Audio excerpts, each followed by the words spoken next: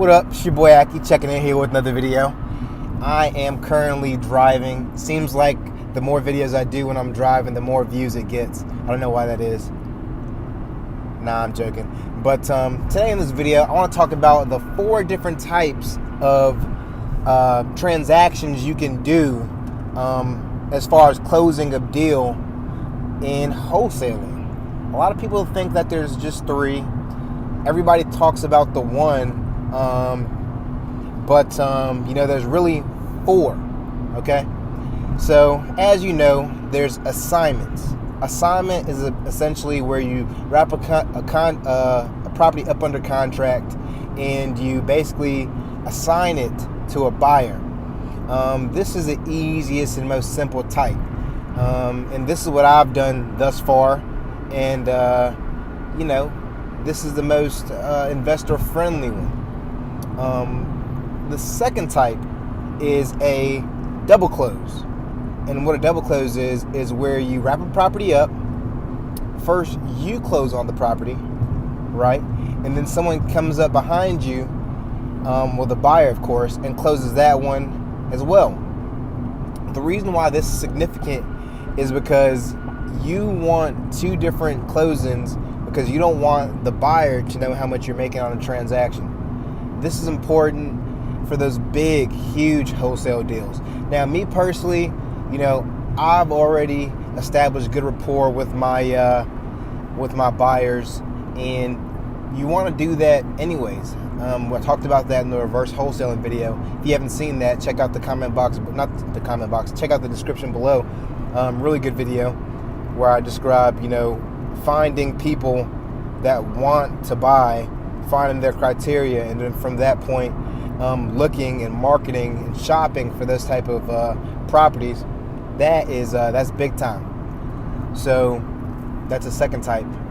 The third type is a simultaneous close. That's where both of them, just like it says, close at one time.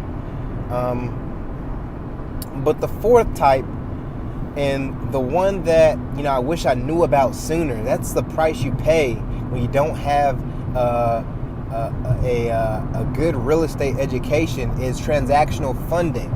What is transactional funding? Transactional funding is essentially where you have a deal that you have a buyer for, but the buyer can't close in time for you to get the property closed with a seller.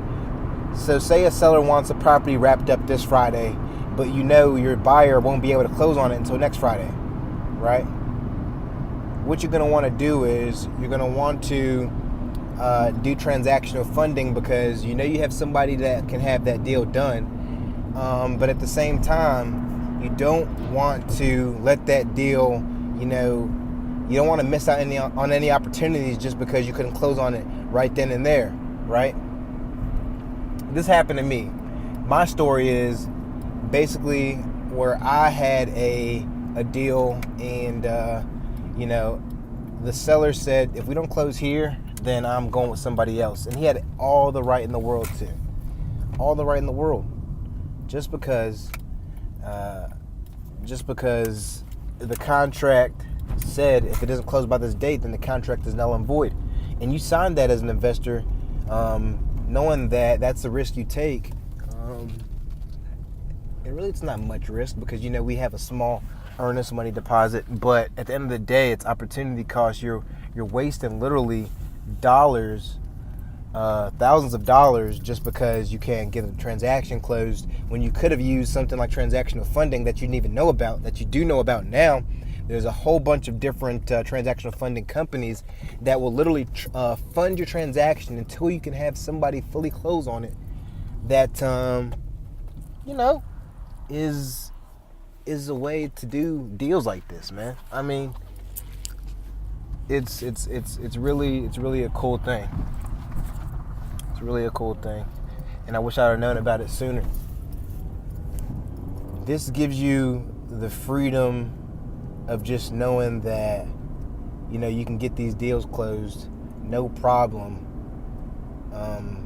when your buyer can't close. And my situation was the buyer told me that he could close when he couldn't close, And you know, the week later when he was ready to close, the property was already sold to somebody else, just because, you know, he didn't let me know exactly what was going on, and the seller needed to sell. These motivated sellers need to sell.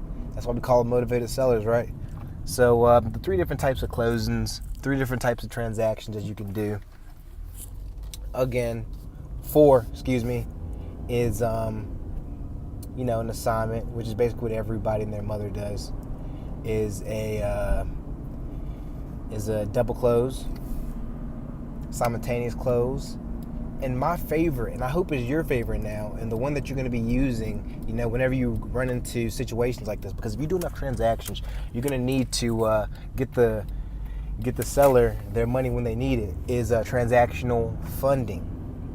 Dope ass way to close transactions. So I hope you end up using that form of you know, closing deals, and let me know how it goes in the comment box below. Your boy Akie is currently on the way to the gym.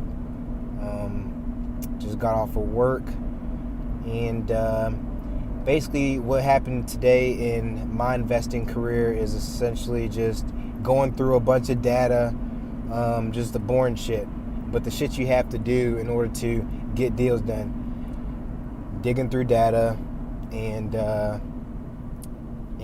it's literally 12. It's a list of over 1,200 names that I'm going to get through, and you know, finding phone numbers for those, and we're hoping to mail those and call those and see what we can dig out of that, because my old list, like I said, I think it has 1 or 2 more deals in it, but we're gonna let it sit for a little bit, and let the gas off of that, so that we can hit it hard again probably in a couple weeks. But this list, I'm gonna do like this kind of rotation thing where I can go from one list to another, and it's going to be a cool little dynamic there as I add more lists and more data into the database, into the CRM.